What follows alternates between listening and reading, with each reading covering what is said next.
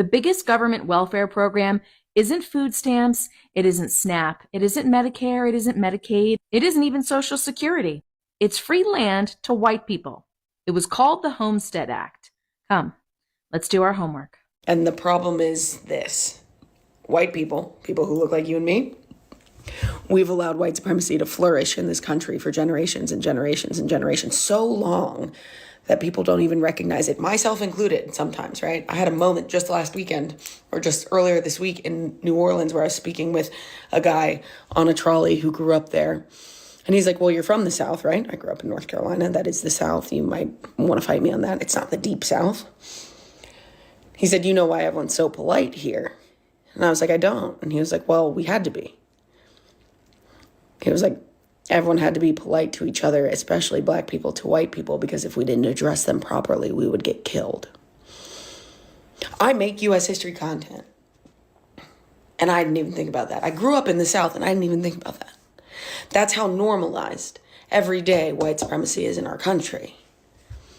And if the white people in this country don't decide that they're going to extricate the cancer that is white supremacy from themselves, from their homes, from their communities, from everything that they are surrounded with, we will be right back in this position 5 years from now, 10 years from now, however long it takes for the cycle to regenerate, because it will happen.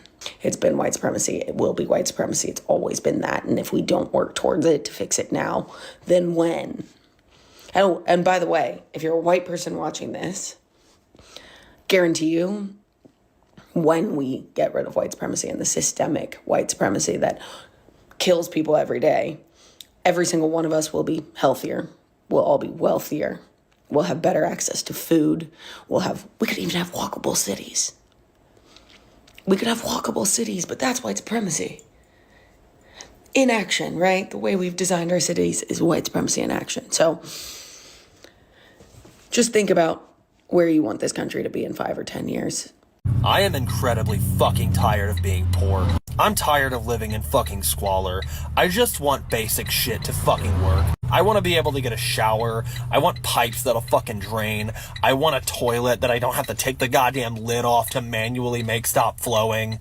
I want a car that I don't have to fucking share with 3 other people just to make all of our lives function. I want an oven that doesn't give my cats a goddamn asthma attack. I'm so tired of working my fucking ass off just to have a life that's shitty and low quality and uncomfortable and cold and sweaty and tired, no matter how much fucking work I put in. I am so tired of my life just meaning nothing. The human experience is fucking worth more than this. If you've created a society in which life's most profound problems can be solved with a green slip of cloth, then you've made an objectively terrible society. So let me ask you a simple question, white America. So you think that now everything is not going the way you planned?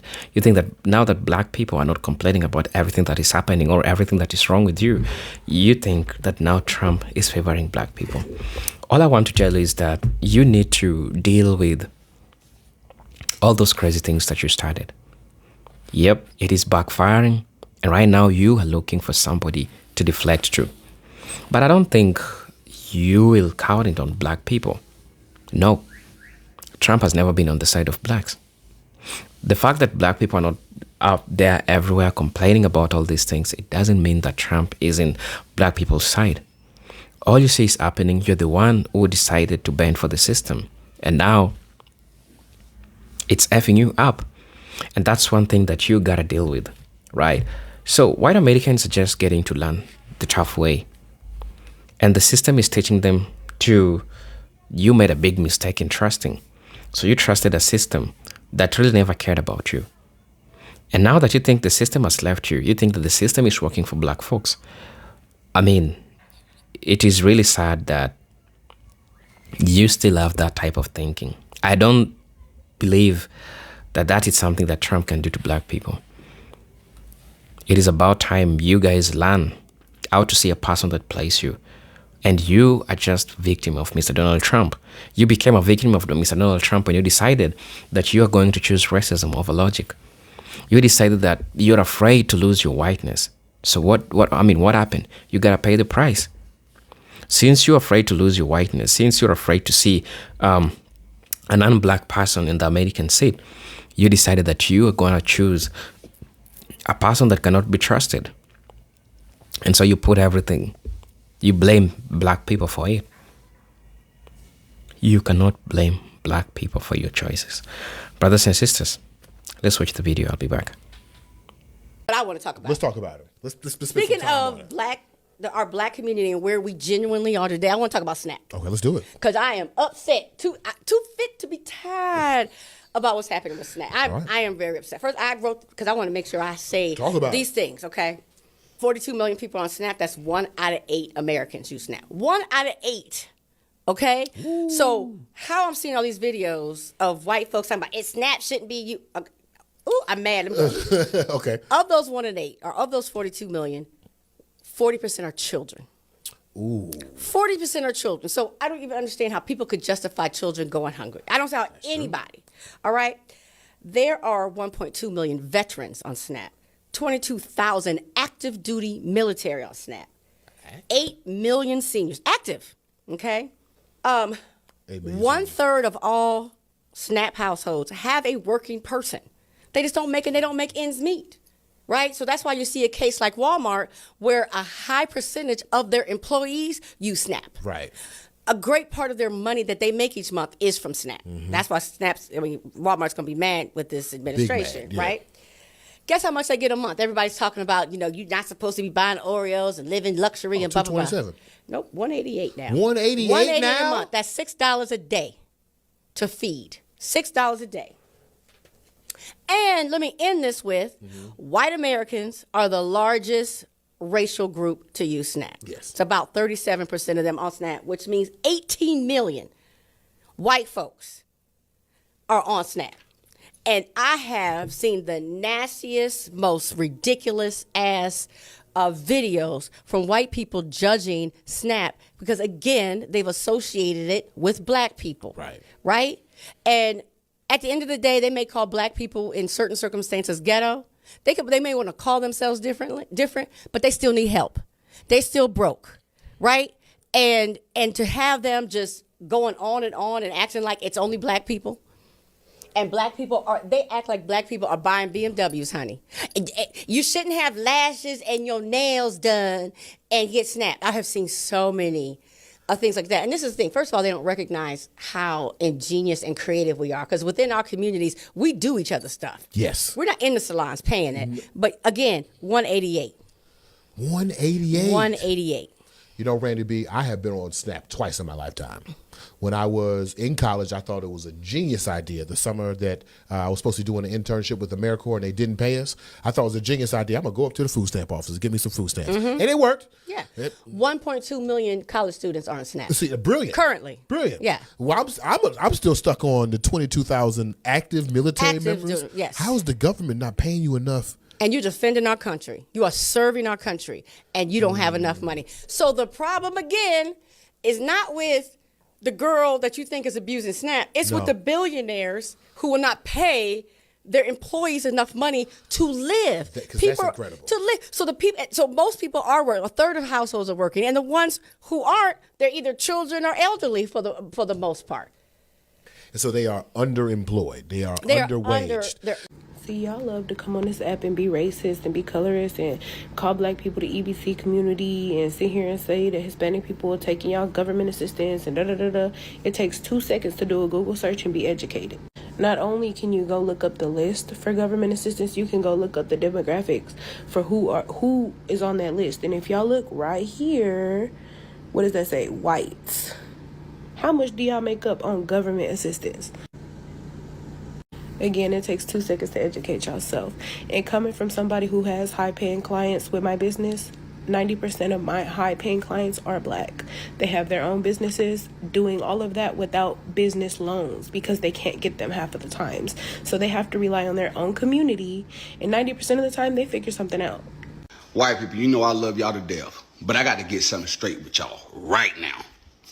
It's been brought to my attention several times, that for whatever reason, y'all think that black people are the ones that's been using all the welfare benefits. No, sweetie. Out of all the demographics in the world, white people are the ones who have been using welfare the most. And by the way, it's been that way for years. It's not black people, it's white people. Y'all are the ones that's on welfare. Believe it or not.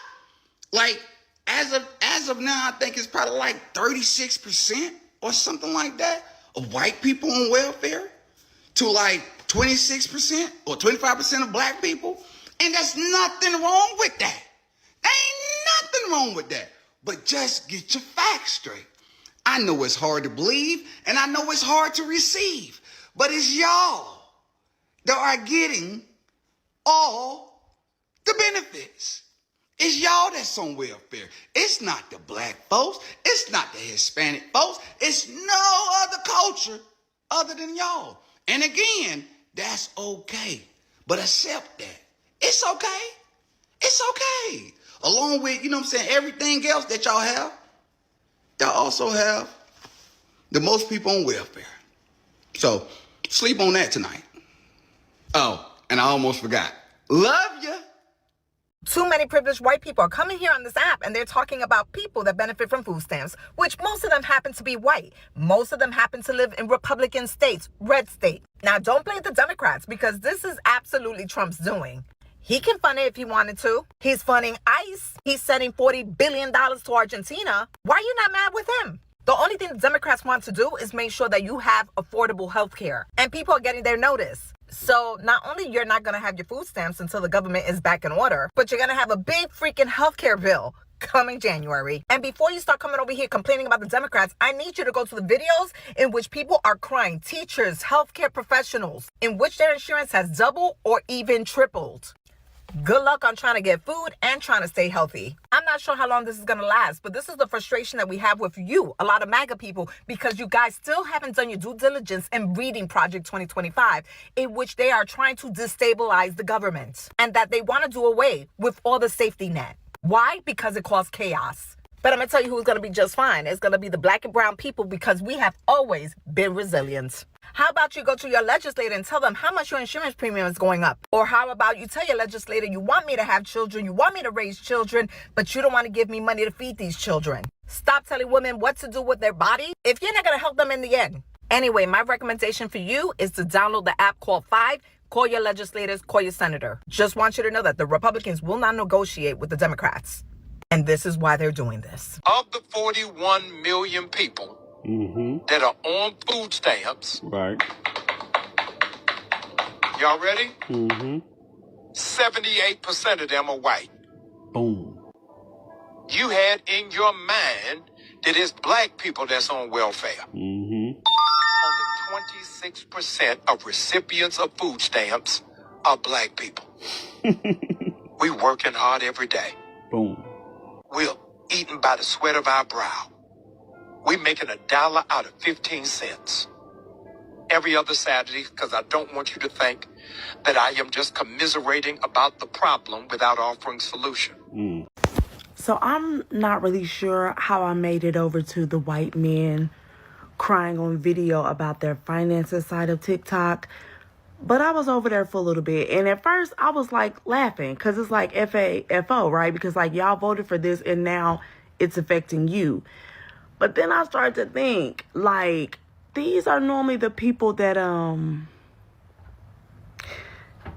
and so to see them online in this much disarray where they're on video crying in full tears about their finances and how mad they are.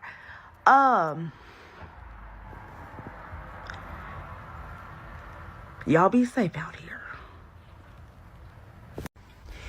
Full disclosure, clearly I am a white, non-Indigenous person, but the level of hypocrisy, I think is the word for it, amongst my peers. So, give an example. So there's a homeless epidemic Australia-wide. Brisbane's no different.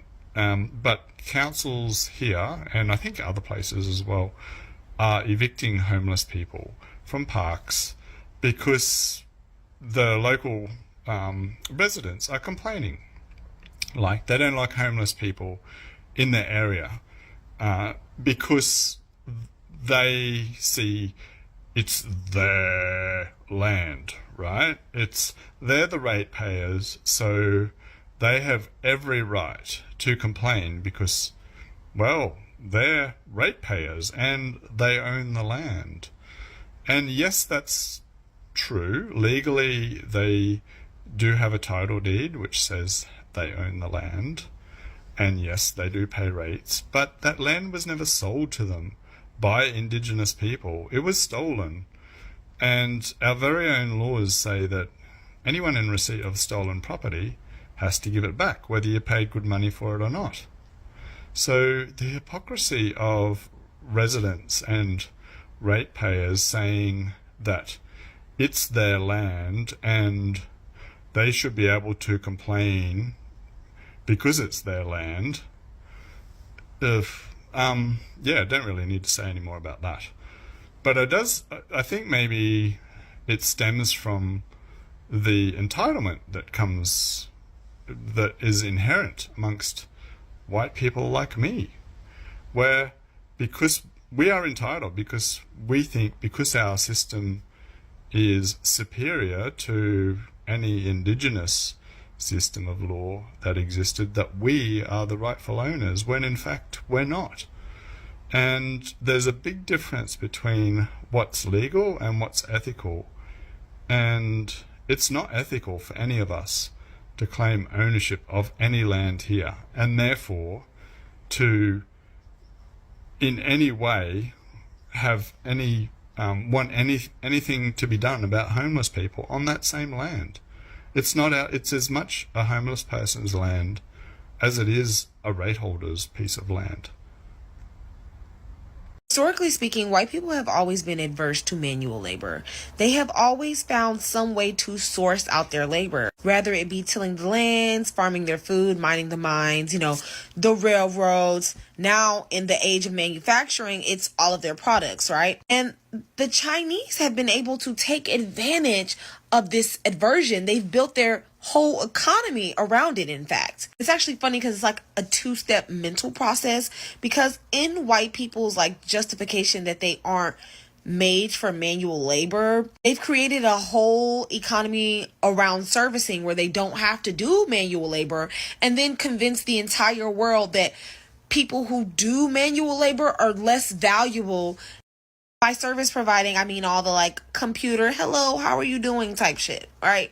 The email drafting and basically the corporate bourgeoisie world, right?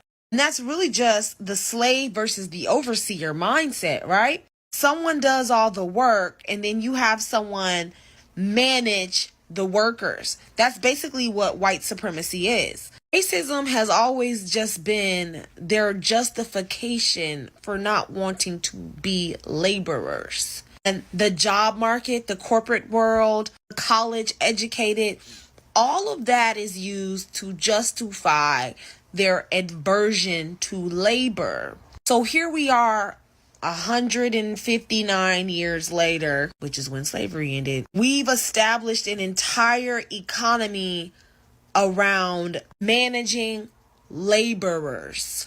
We source everything in America because of white people's aversion to labor, and then we slap logos on it, slap all this mental cognitive, everything that white people have created is jumping mental loops to justify the fact that they do not labor at all. There's no difference in these products. They're all made in China, right?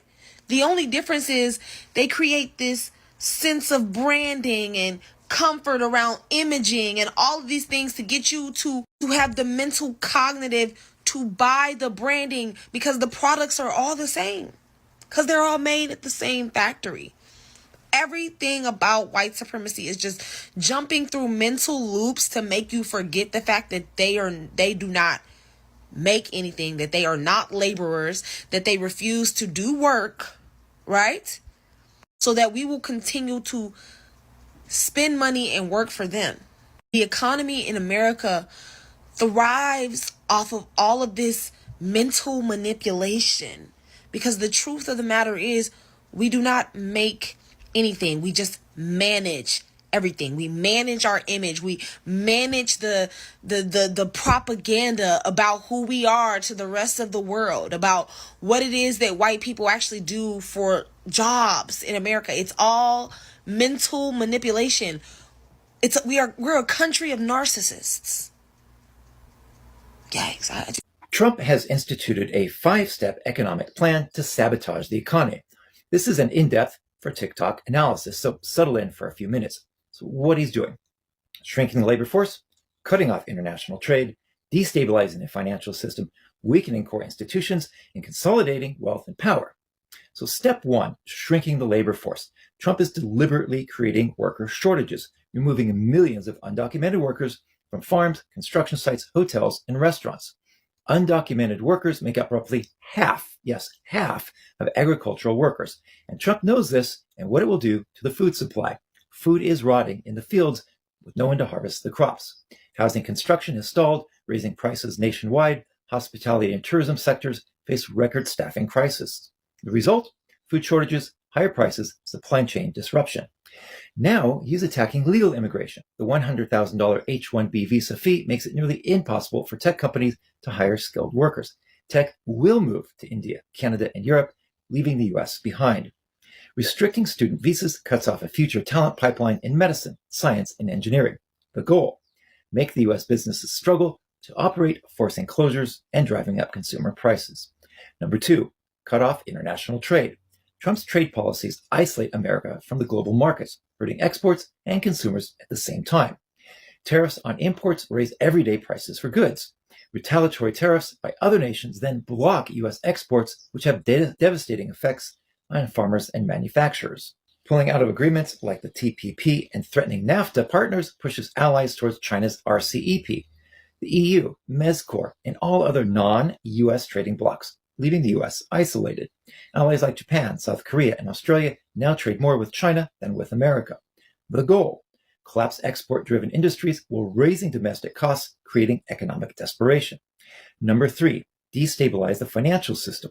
Trump is undermining the foundations of the U.S. dollar, which underpins the entire global economy.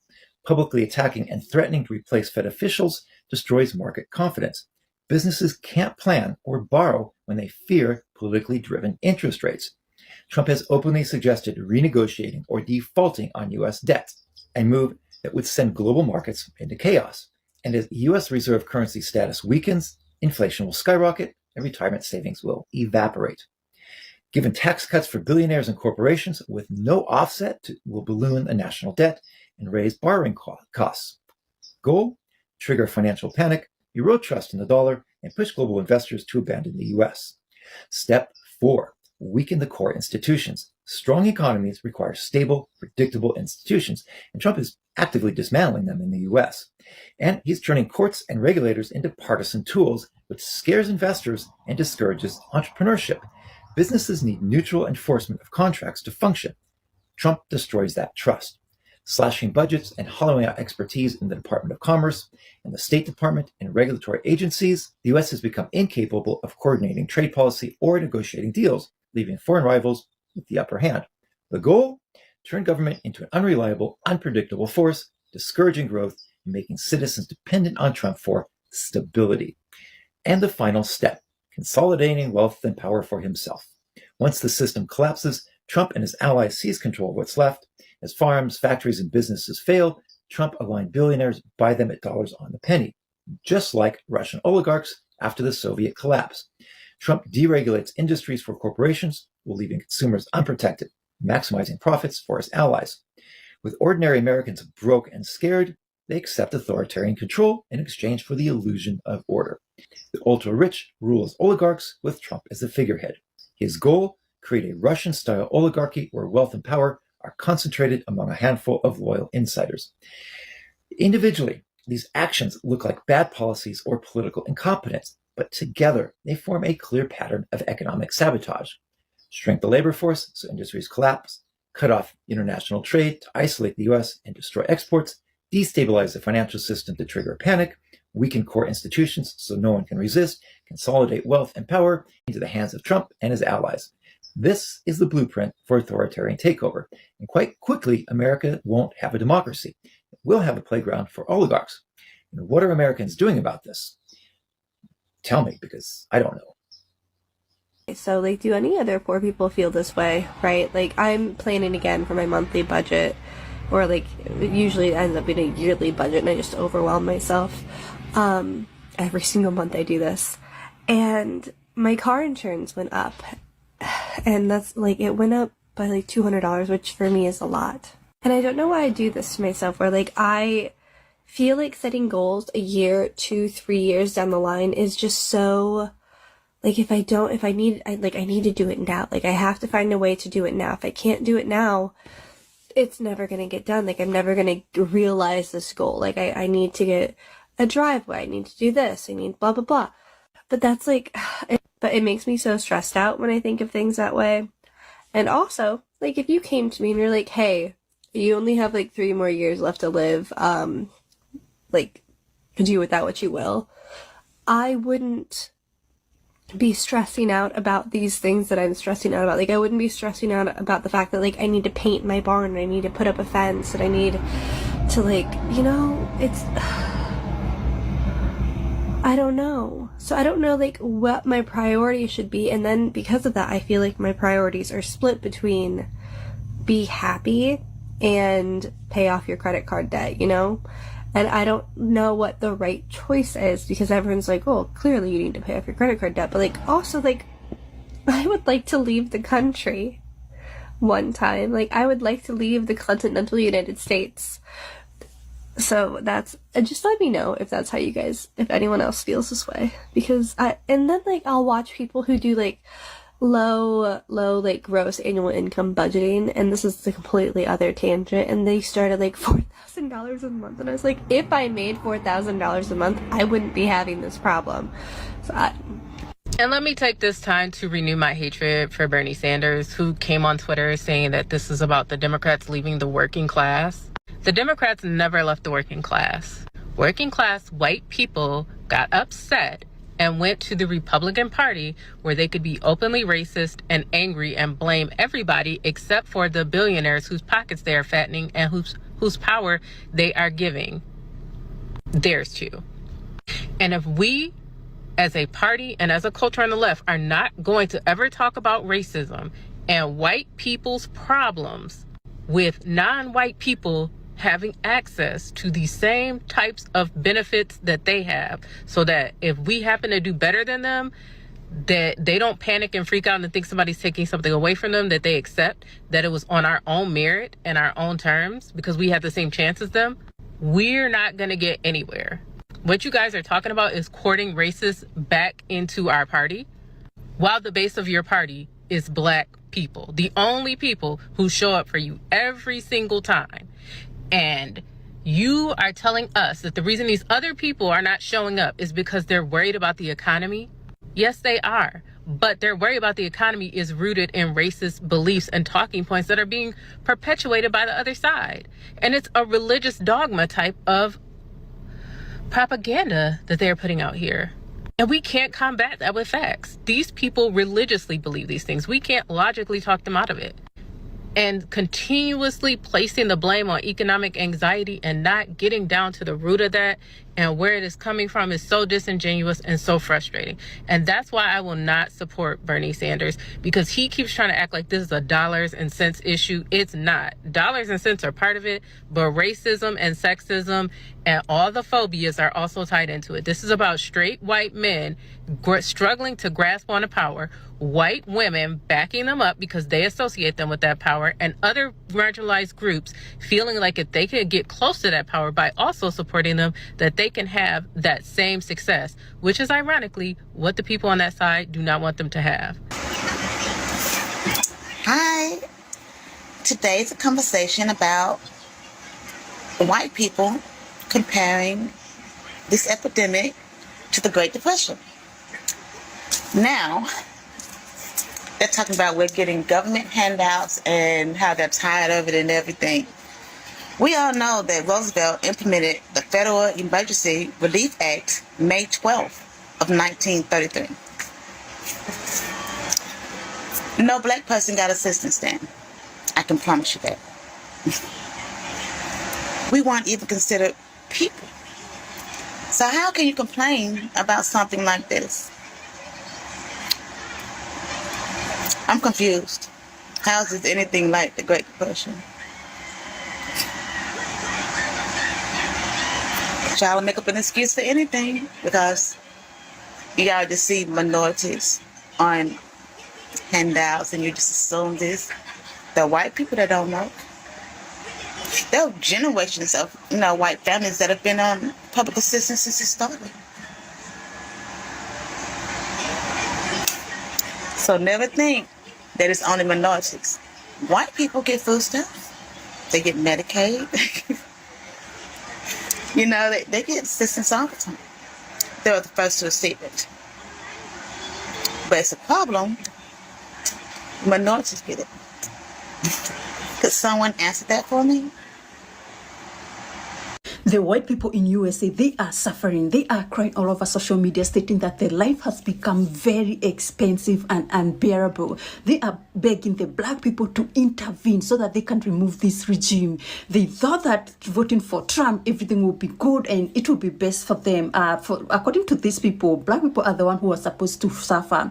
They are stating that black people, they suffer because of their skin. And right now, they are the ones suffering in their own country. They're saying that they cannot even afford food. They cannot even afford gas. They're saying that they even think that Trump is after them, that Trump wants to finish all of them. They're saying that Trump was supposed to make America great again, but right now it's worse because of the VAT, because of the tariffs. It has increased taxation and a lot of people cannot even afford food. They're saying that they are regretting voting for Trump and they want everyone to intervene, to come together and remove this regime. To be honest, I don't think the black people, they are going to join them because they want them not to vote for Trump, but they do not listen. Hello brothers and sisters, welcome back to the channel. I'm hoping that you are doing great. From wherever you're watching this video from, as you know, I'm your host and presenter Agent Extortion. It is always a great time. It is always a good time coming together and talking about things that really matters. It is so diabolical to see the type of thinking that white folks have towards black Americans. That's not the right type of thinking. It is wrong. And they know that as a fact. The truth that is out there is that you are the ones who created your downfall. You are the ones who dug the pit for yourselves. We know very well that Trump is racist. He can never favor black people. He has never favored black people. I would like to see or like to know where Trump has ever favored black people. He has never favored black people. And it is because of that you chose Mr. Donald Trump. So why do you have that type of thinking? That, since things are not going right for us, things are going awry for us, now let's blame blacks. Blacks are so silent. It seemed like they're doing well. It seemed like Trump got something for them like he used to have for us, but right now he's not having for us. Maybe. That's what you're thinking.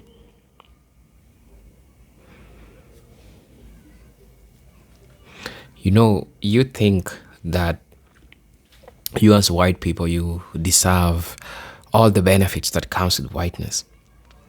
And not any other group of people deserve it. Like you and you alone, you deserve it. And not any other group of people. That's how you think.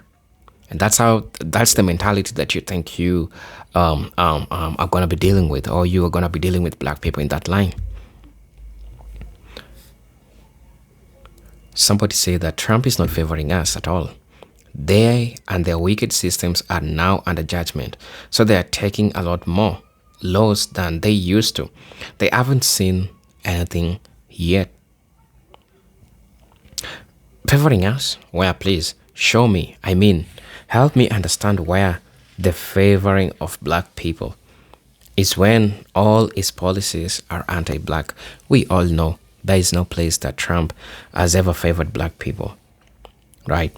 They don't care if they get more welfare. The problem is they don't want black people to benefit from anything at all. That's why they are struggling. Their hearts are wicked.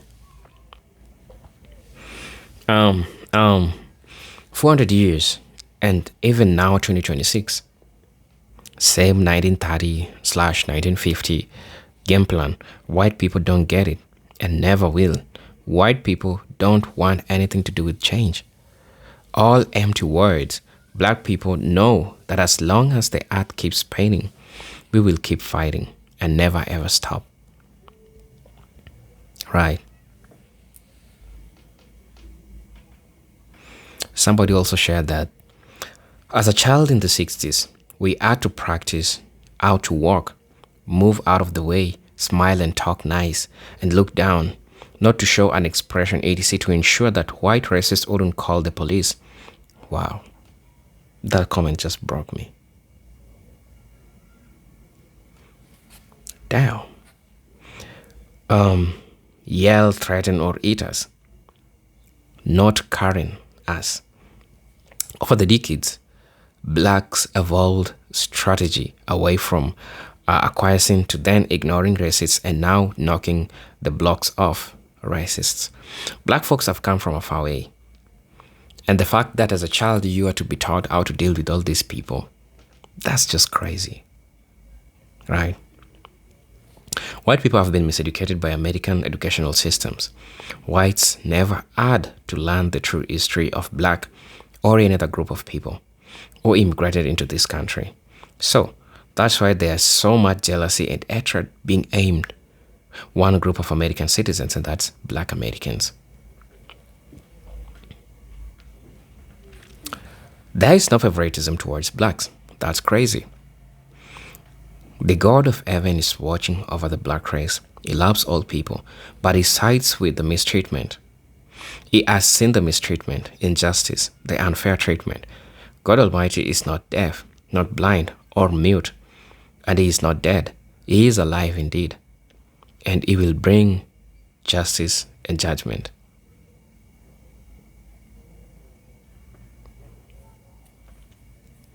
It's really crazy. Right. So please, let me know what you all think about this video. As you know, I'm your host and presenter Hygienic Stories, but until then, peace, love, and harmony. Salute.